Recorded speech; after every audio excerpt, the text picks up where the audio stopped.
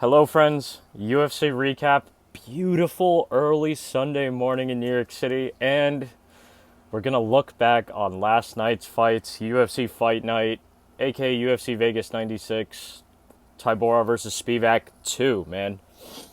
Now, a lot of people are saying that this card was going to be dog shit, and I originally was among them. However, this card was actually decent. It was decent. I was saying this is an onion card. There's layers to this card, man. And I know there weren't that many finishes. There were only 3 finishes. They were all submissions. But they were decent finishes, and we came close to getting some other finishes, too. There were hype moments during multiple fights. Honestly, I thought these fights were fine. If you are still saying that last night was the worst night of fights you've seen in a while, you either haven't watched fights in a while or you're coping bad. That's just what I think. In other news, we hit the first fight companion, the first Smoky Hours, Not Nice Cole fight companion. Thank you to everyone who tuned in for that, even if it was just for a moment or if you were there with us the entire time. If you were not there, we missed you. We wish you were there. Pull up next time. Come through. We're waiting for you. Take a seat. Chill with your boy. We'll be here next week. About to get straight into these fights. There were only 10 fights. It was a short card. We did okay with the picks. Went 7-3, I believe, with a couple perfect picks in there. Moving on to the first prelim, which was Stephanie Luciano versus Talita Alencar. I had picked Stephanie Luciano to win this one. This is a rematch, actually. This is Stephanie Luciano versus Talita Alencar 2. It just did not happen. Excuse me, the first fight did not technically happen in the UFC. The first fight took place on the Dana White Contender Series, and it ended in a draw because Stephanie Luciano could not stop the takedowns and the control of Talita Alencar in the first 2 rounds, but by the end of the second round, Talita Alencar had gassed out crazy. And in the third round, she almost got finished. Not because of damage, but because she literally could not defend herself. She was so gassed, she couldn't defend herself. Gets hit with a 10-8 round in the third. Stephanie Luciano was able to take away a draw from that. I was gambling, both literally and figuratively, on Stephanie Luciano being able to not only make adjustments and make improvements. She's also very young. She's 24. But I was hoping that Stephanie Luciano would look back to this fight specifically because she could have won this fight and been like, yo, I need to win this one. Let me make these adjustments and let me try to win this fight. She did. She calmly won. Looked much better the second time around. This is how the first fight should have went, low-key. Something to note also, whenever you see that the UFC is rematching 2 fighters who already fought on the Contender Series, low-key, they very low-key want the dude who lost that fight to win. Usually when they do that, that means their first choice, the fighter that they really wanted to win in the first bout, didn't win. And they probably gave them another shot. And then they'll meet up in the UFC. That's usually what happens. That was the case here. Talita Alencar gets violated, although she looked a lot better physically than in her last bout. Both women made improvements, I'll say, actually. Talita Alencar also made improvements. Didn't gas out completely this time. Very nice. Moving on, Jarno Aarons versus Youssef Zalal. This was a spooky fight. I had Youssef Zalal winning by submission in round number 2. He got it done in 1. He got it done in 1, but not without any adversity from Jarno Aarons. Now, Youssef Zalal actually really didn't take too much damage in this one, but in the beginning of the fight, every time Youssef Zalal would try to throw a leg kick, Jarno Aarons was trying to blitz in and take his head off during that leg kick. That would be his counter. Once the fight got to the ground, though, and Youssef took the back, it was over. It was clipped. Had him in a spooky rear naked choke attempt that turned into basically a neck crank. He tapped him with the crank. Standing, too. In a little backpack position, standing up. Very nice work from Youssef Zalal. Well-deserved bonus. I see that my son got a bonus for that. Well-deserved. Not as well-deserved as who's coming up later. Not next, but later. And we'll get there when we get there. Moving on, Carl Williams versus Jonathan Deniz. This is actually a good time for me to mention this too. This is not going to be Smoky Hours, even though I have it right here. Smoky Hours is probably going to be reserved for crazy events, and it'll always be on the live streams, though. The live streams will be Smoky Hours all the time. I say that to say this. We're smoking on Carl Williams forever. Fucking forever, bro. Forever. Excuse me. just get to where I am in these fights. We're smoking on Carl Williams forever. Carl Williams must have literally lost his mind. And when I say lost his mind, I don't mean crazy. I mean like someone might have actually given him like a lobotomy. They might have like taken a little bit of his brain out of his critical, a little bit of like the brain that controls critical thinking and reasoning and problem solving skills. Like Carl Williams versus Jonata Deniz starts out kind of slow. Jonata's landing a couple shots, and then Carl lands a decent strike on Jonata in the first round. And that was probably the worst thing that could have ever fucking happened to Carl Williams. Because after Carl Williams landed that one decent strike, even though he was already getting outstruck, he thought he had a chance. He thought he had a chance on the feet. For whatever godforsaken reason, he thought he had a chance on the feet. And so he decided to stand and kickbox the entire time. I mean, he caused a little bit of damage to Deniz at one point, had him leaking a little bit, and definitely cracked him and wobbled him once or twice, but nothing that was as bad as Jonata did to Carl. He actually had Carl dancing a couple times on some crazy shit. Carl Williams shoots maybe one half-ass takedown the first 2 rounds of the fight. Like, doesn't even commit to it, just gets stuffed. He then is able to take Jonata Deniz down with like 2 minutes left in the third round after getting hurt again, standing up. He just gets cracked. Somehow is able to take Jonata down while hurt. And then he's able to control him there, like for the rest of the round. And then I was screaming already at that point. If you were in the live stream, I was fucking coping hard. I was just like, Jesus Christ, man. My biggest fear was that Carl Williams would come out and try to box. I was like, if Carl Williams comes out and he stands up and he doesn't shoot a takedown in the first 4 minutes, we're in big trouble. And we were in big trouble. Jonata Deniz gets that one done by decision, goes the distance for the first time in his career, I believe. Carl Williams, despite having like mediocre wrestling skills, he's actually a horrible fighter. A horrible fighter. This isn't just me coping. He's a horrible fighter, and the saddest part of it is it's not a physicality thing. It's not like a heart thing. It's not even a technique thing. That's the craziest part. It's actual fight IQ. It's knowing what to do. Like, what do I do here? How do I solve this problem? If someone's really good at punching and kicking, in so much that they're better than me, should I try to punch and kick them, or should I try to grapple with them? Like, what? And of course, the UFC is giving us dog shit slop, digital slop, like fucking advertisements between rounds. So I don't even know what Carl Williams' corner is saying to him. He fought like he didn't even have a corner. That's the craziest thing. He fought like he didn't have a corner. It's so insane. That pick made me feel retarded. Fuck Carl Williams. Carl Williams is an enemy of this channel now, for real. We will pray on you getting a wonderful knockout when you're 35. It might not happen, you might have escaped 34, but when you get to 35 years old, brother, if someone could literally send you into a seizure, change your life, that'd be great. That'd be great for me. Moving on. Karol Rosa versus Pannie Kianzad. Now, I picked Karol Rosa to win this one by decision. She did win by decision. Karol Rosa, that is. She beat the dog shit out of Pannie Kianzad. She dog walked her. But credit to Pannie Kianzad, she showed insane heart and grit. Pannie Kianzad has a chin because she was getting fucked up and was swinging back, was fighting back actively. She really was. It was crazy, man. I'm surprised that Pannie was able to hang in there for so long. I thought she was going to get finished. I thought we'd see Karol Rosa get her first KO/TKO in the UFC, but does not seem so. Does not seem so. Pannie Kianzad looked good, though. She looked pretty decent. Even though Karol Rosa beat the absolute shit out of her, she didn't just look like trash. That was a good fight. Moving on. That was better than the first 3 fights. The Karol Rosa fight. Shit was spooky. Moving on to a fight that ended up being absolutely fucking trite. Trite. Dare I say dog shit, actually.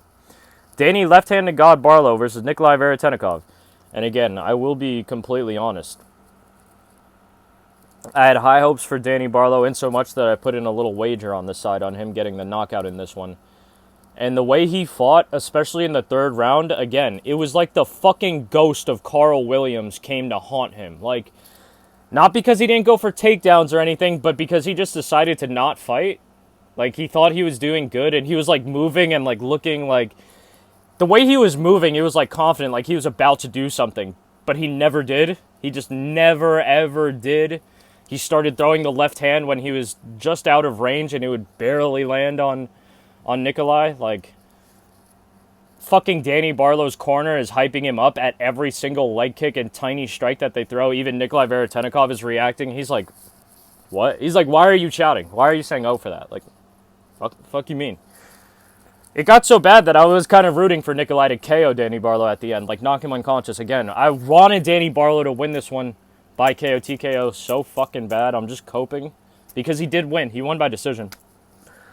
But if you can't finish Nikolai Veretennikov on short fucking notice, I don't know what to tell you. I don't know what to tell you. The speed difference was very evident. And then that's actually something funny, right? The speed difference was very evident. I might sound like I'm shitting on Nikolai Veretennikov. That was a dude that I was looking to pick. I was looking to pick Veretennikov to beat Danny Barlow. I just ultimately couldn't. Veretennikov started to literally get the timing of Danny Barlow down towards the end of the fight and actually cracked the fuck out of him a couple times.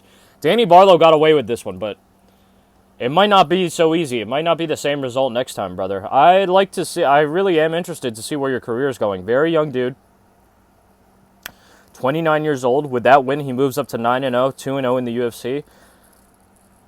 He has good counters, deceptive power, and he's very fast. We just really didn't see it. He just wasn't able to implement it that much against Nikolai Veretennikov. That was a tough fight for him.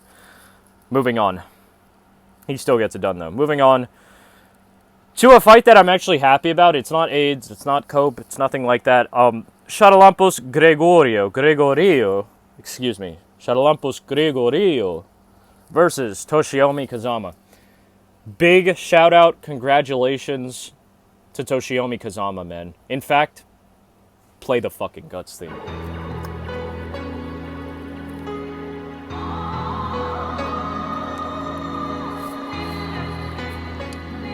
Play the fucking Guts theme for that man, Toshiomi Kazama, man. Because he struggled. The struggler. Rise to struggle again. Struggle and rise to struggle again. Like, Charalampos Gregorio, unfortunately, does not come out like he did in round 2, which is how he should have started the fight. Toshiomi Kazama is instantly trying to, like, take down fucking Charalampos and shit. He's working him. Now, in the clinch, while Charalampos is, maybe not exactly the clinch, but Charalampos was defending from a takedown, Toshiomi in the first round hits him with a big illegal strike, a big knee to the head. Right? That was a massive illegal strike. I was saying that live. It's a massive illegal strike. Charalampos, if you don't feel okay, if you feel compromised in any way, dip the fuck out of there. You should dip the fuck out of there. Like, but no, I'm sure that he blames it on that. I'd be willing to bet that Charalampos is like, damn, I should have taken that. Like, I should have just dipped out. Should have got a no contest. Like, I'm not saying take the DQ. I'm saying take a no contest. Just get the fuck out of there and we'll run that back later. Like,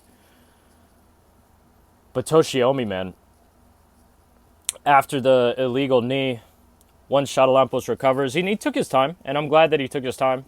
I mean, ultimately, I'm glad this fight kept going because it was a great fight.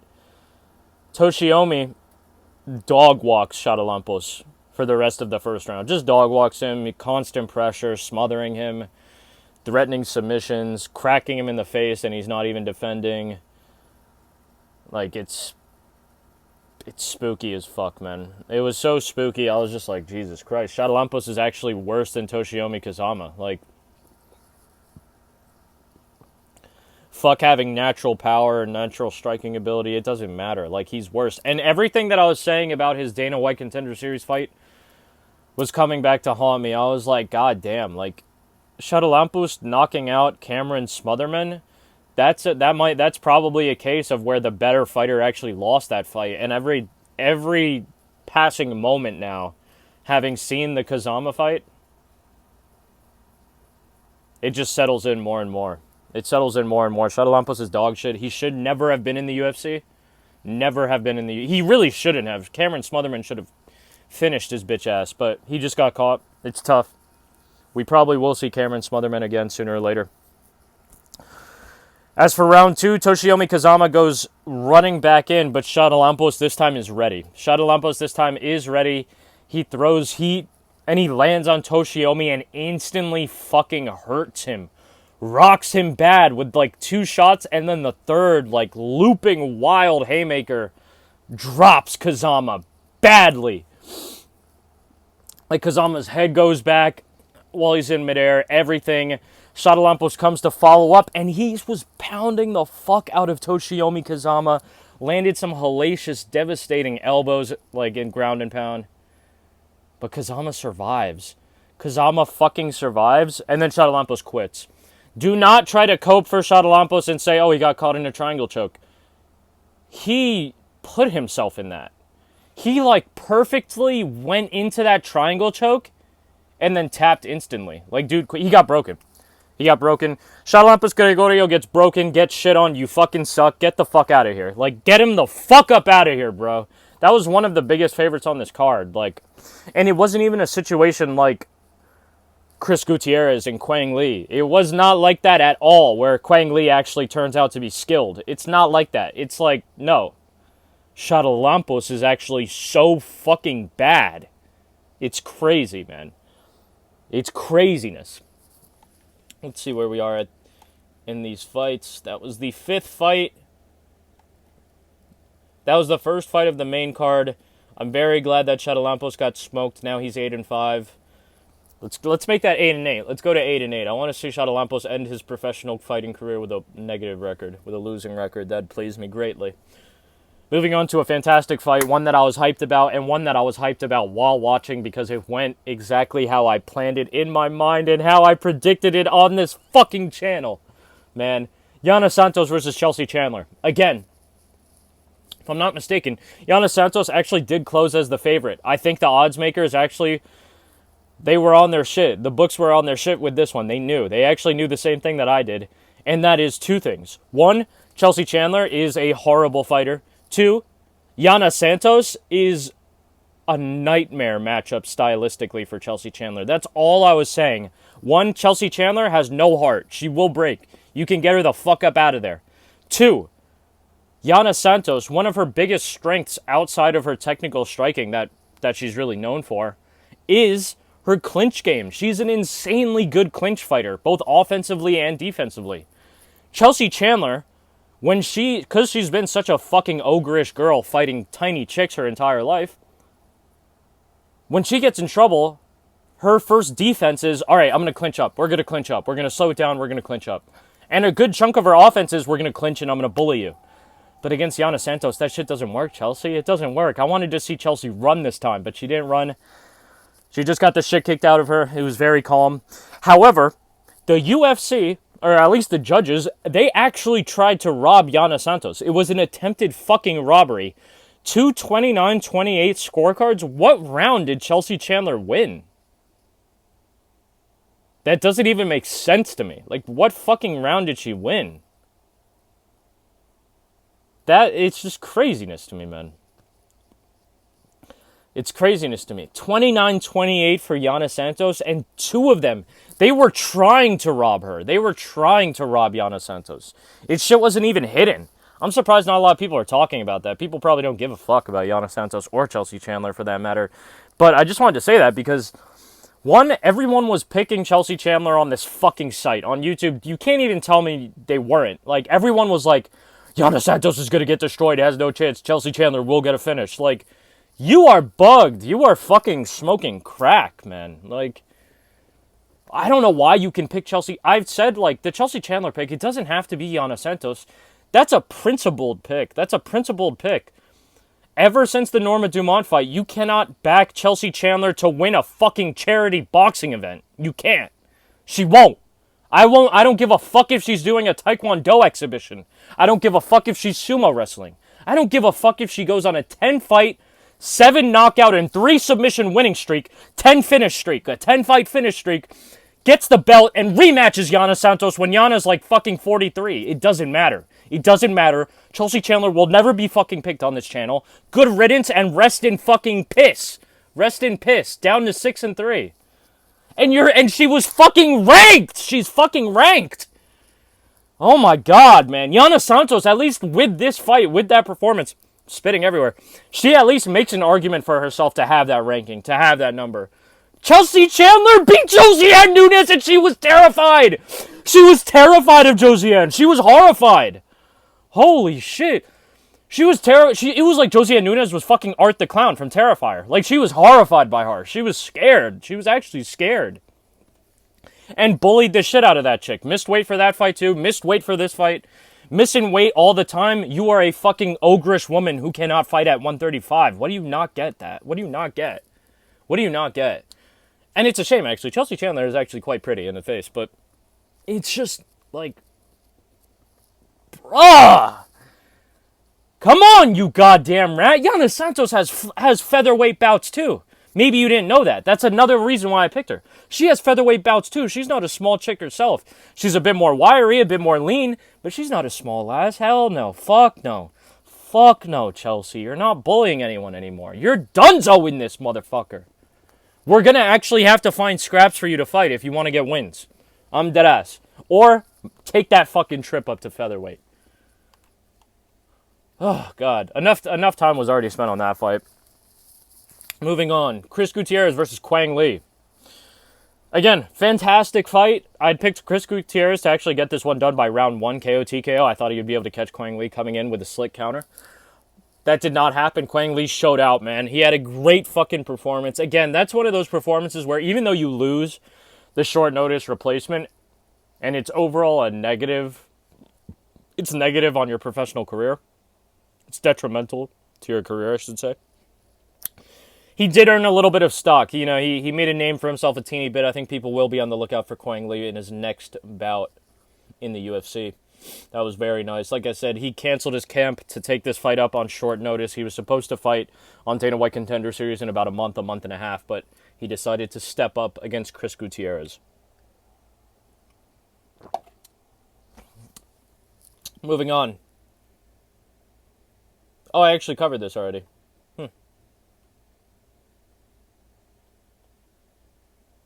Danny Left-Handed God Barlow versus Nikolai Veretennikov. I swear to God I covered this already in the recap, so I'm not going to. Chepe Mariscal versus Damon Jackson. Did we skip someone?